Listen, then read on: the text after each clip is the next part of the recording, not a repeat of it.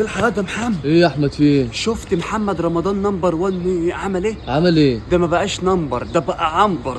بص شوف لابس ايه كده في الحفله. ايه ده؟ دي بدلة رقص دي ولا ايه؟ ولا ايه؟ دي بدله رقص مرقصه من واحده شغاله خبره في كباريه. هو ده اللي انت عمال تقول لي كدوتي ومش عارف ايه وعامل برنامج مدفع رمضان وبيوزع فلوس؟ اتفرج يا حبيبي بيعمل ايه. بس في حاجه هتجنني، ايه الشيخ خليل اللي بيعمل بيها كده فوق دي؟ دي فلوس فضة دي. دي فلوس فضه؟ اه. يعني بتاع كام جنيه فضه دي؟ دول 200 250. طب ما كانش عارف يكملهم 1000 ويستر بيهم نفسه؟ ايه يا عم الشغلانه دي؟ بس صدق اني عرفت هو بيفكر في ايه. بيفكر في ايه؟ كان عايز يلبس زي الفراعنه. خلي بالك البدله دي انا عرفت بتاع بدله مين. بدله سوفوحسوس. واحده اسمها اله اسمها سوفوحسوس بس جت معاه في سوفينار.